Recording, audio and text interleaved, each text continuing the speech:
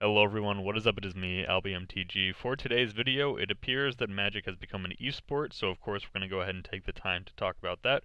We're going to talk about how this affects MTGO and what to expect in 2019 now that Magic is leaning more towards becoming an esport. So with that being said, it's mainly going to ride on MTG Arena. That's basically what this is going to be.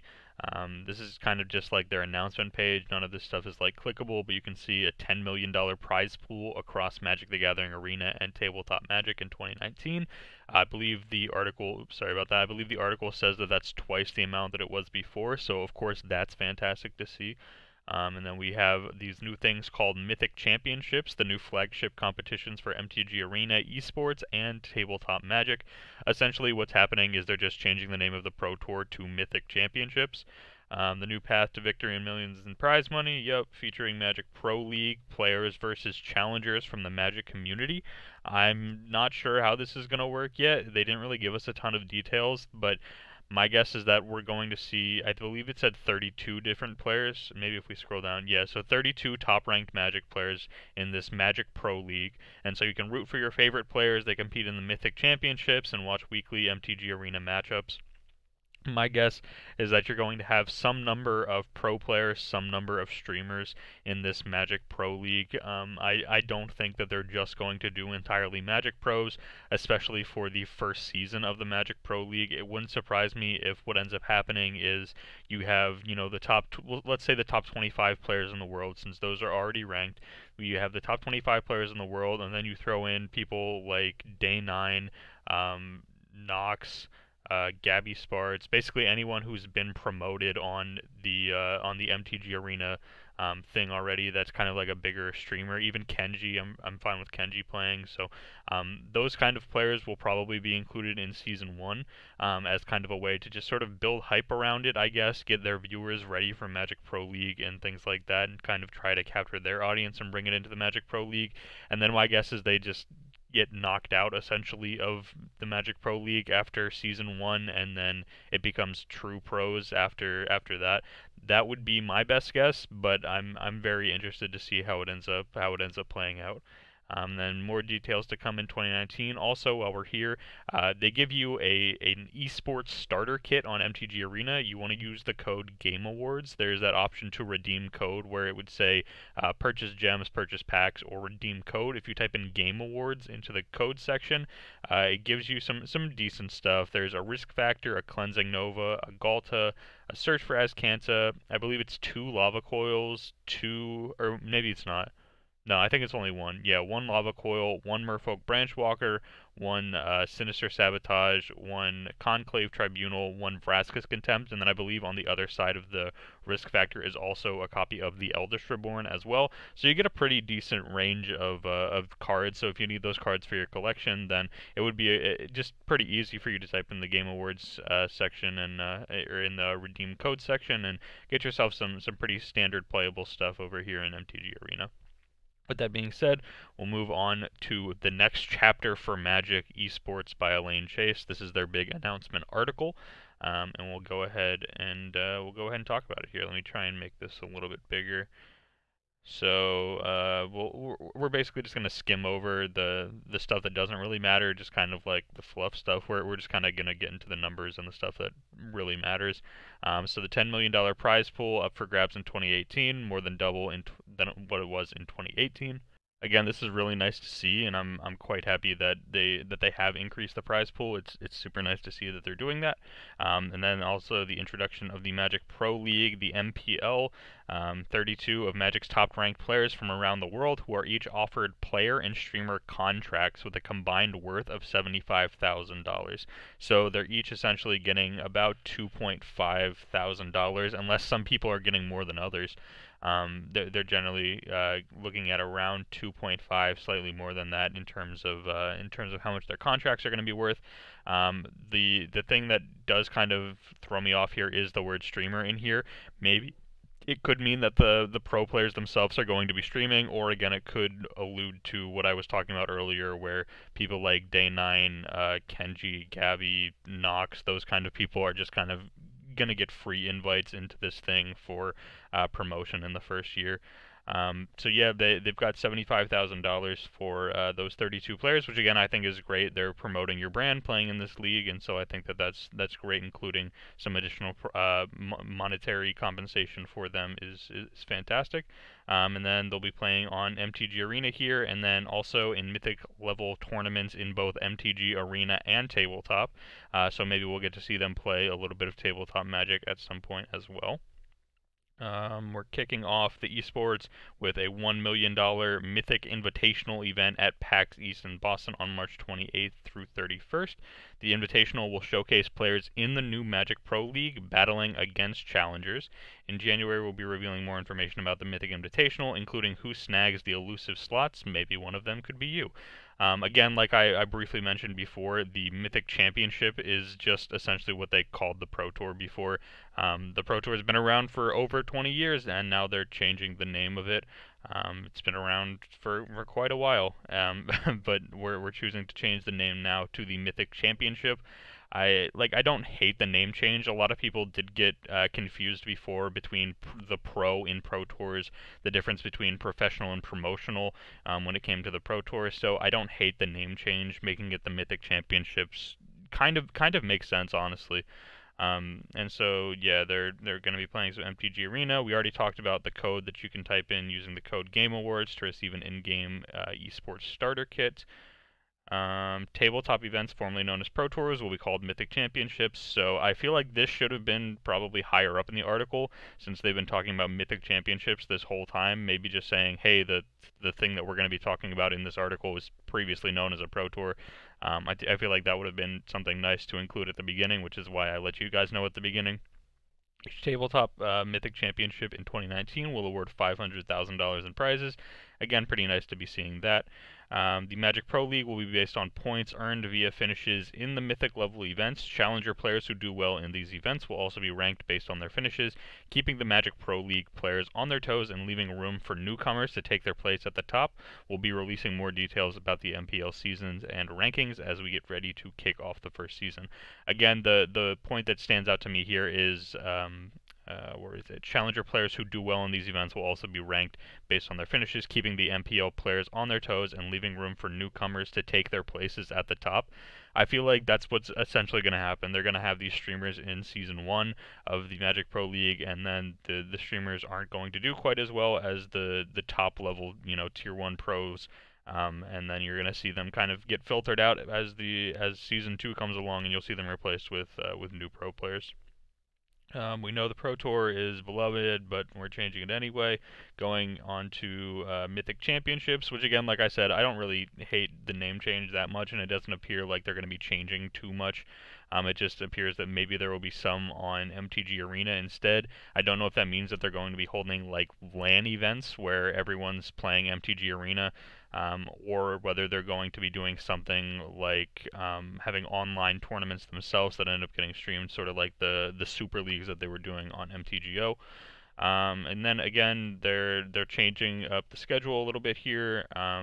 They did previously have 6 Pro Tours scheduled for 2018, or for 2019. My apologies. That was something that people were really excited about. There was going to be more Pro Tours, which is going to be cool. And then they cut back on those down to 4 again. So 4 is the normal number that we get. So they cut out the Dallas, Fort Worth, and Sydney Pro Tours, and now we have Cleveland, London, Barcelona, and Richmond. Next one coming up will be Cleveland on the 22nd and 24th of February.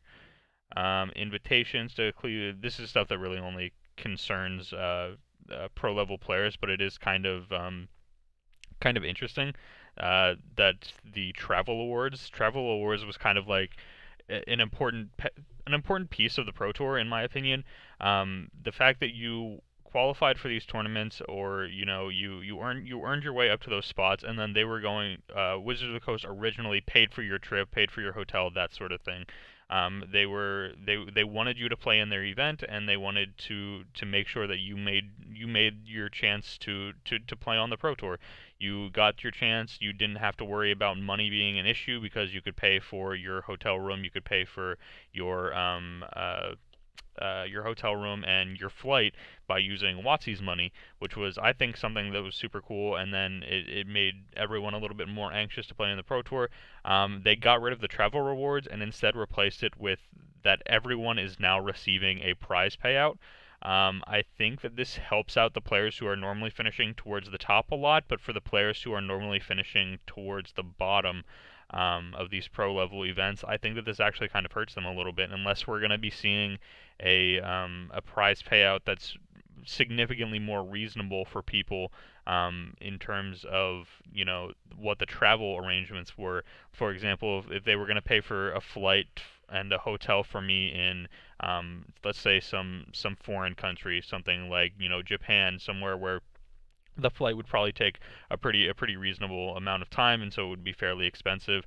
That would end up probably being worth more than what these prize payouts are going to be for the players who finish in the lower portions, the players who finish in like the bottom 200, bottom 150, something like that.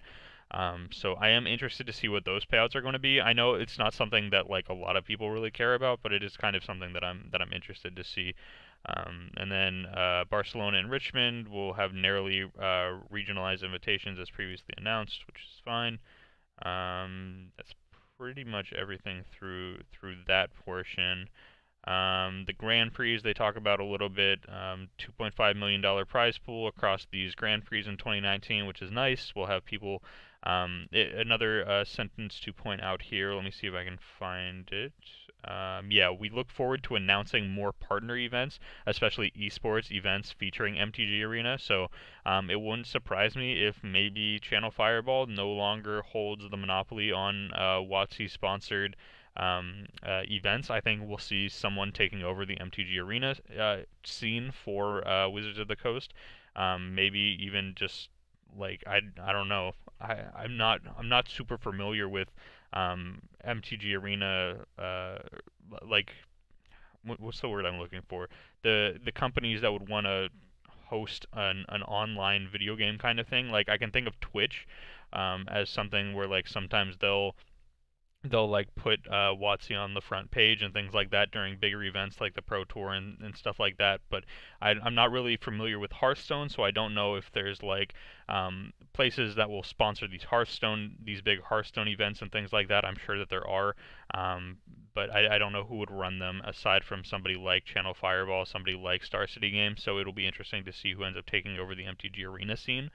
And then finally, the last big thing is that they cut out a bunch of events. They gave you all this great news about Magic becoming an esport, how it was going to change Magic in 2019, and then they hit you with the bad news at the end. So the bad news is Nationals is gone, the World Magic Cup is gone, the Team Series is gone, and the Pro Club is gone. I think that's everything. Yeah, so all of those are now gone. Nationals stuck around for like 2 years or something like that. There was a brief portion where Nationals no longer existed, and then it came back for about 2 years, and now Nationals is gone again. So Nationals, the resurgence of Nationals didn't last very long.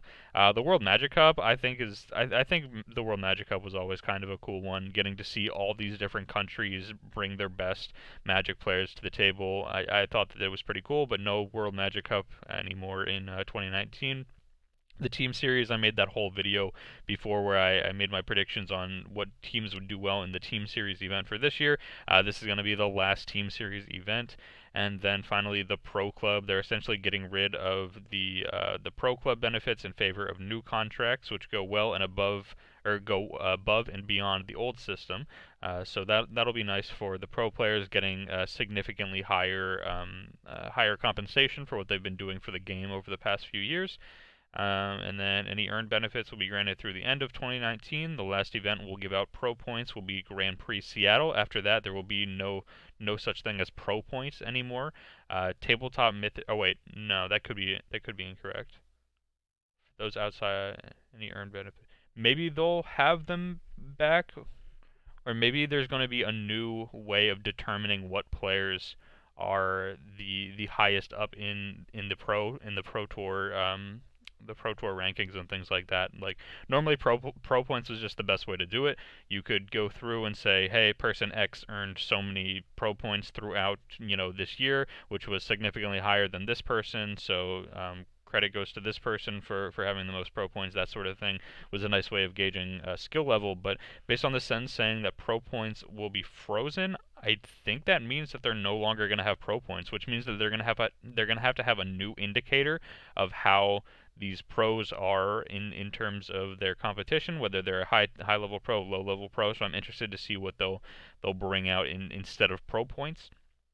Tabletop Mythic Championships will include qualification slots for players who did well in previous Tabletop Mythic Championships. That was something we've seen before. If you went, I believe it was 11-4 or better at a Pro Tour, you got to come back for the next Pro Tour. You were qualified for the next one.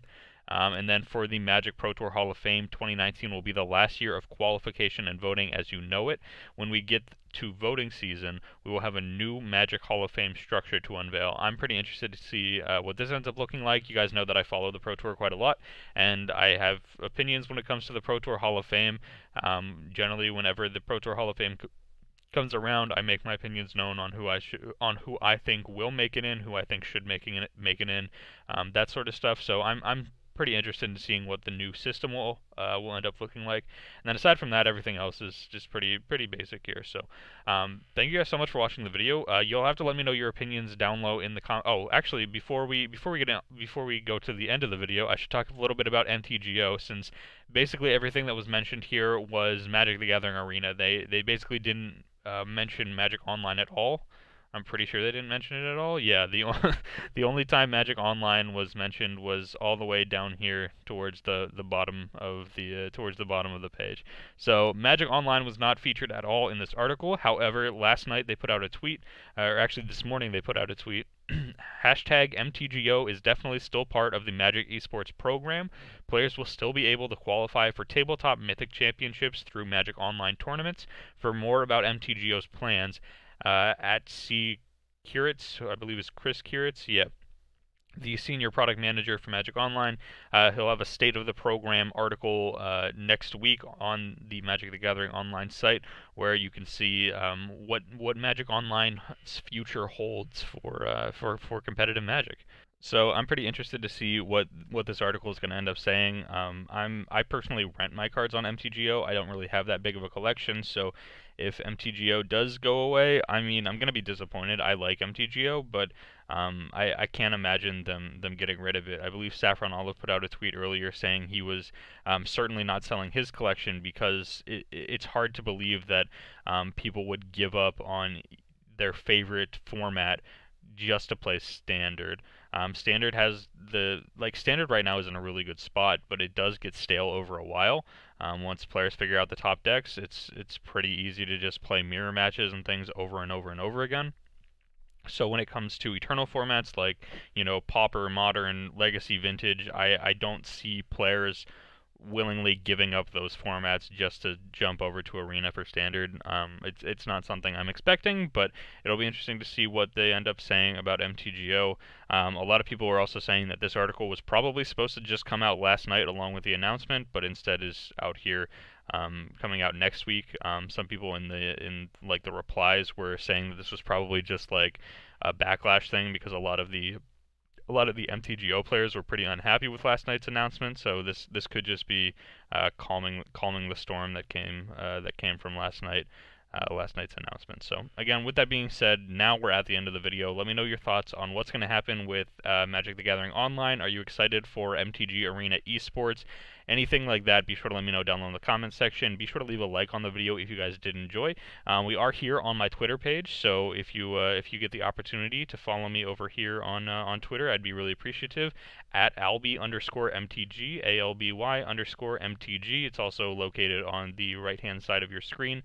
You guys can just go ahead and type that into Twitter, and you guys get to see my tweets. So that would be really cool as well. Thank you so much for watching the video, and I'll see you guys here next time for another Magic the Gathering video. Thank you all so much for watching today's video where we talked about what's going to happen now that Magic Arena is officially an esport. At the end of all of my videos, I love to give a huge shout out and thank you to my patrons over on the Patreon page. So huge shout out and thank you to Jeremy, Daniel, Jayathi Swaran, Rodrigo, Badwolf MTG, and Jason for supporting me over on the Patreon page. I greatly, greatly appreciate your support, and I'll see you guys here next time.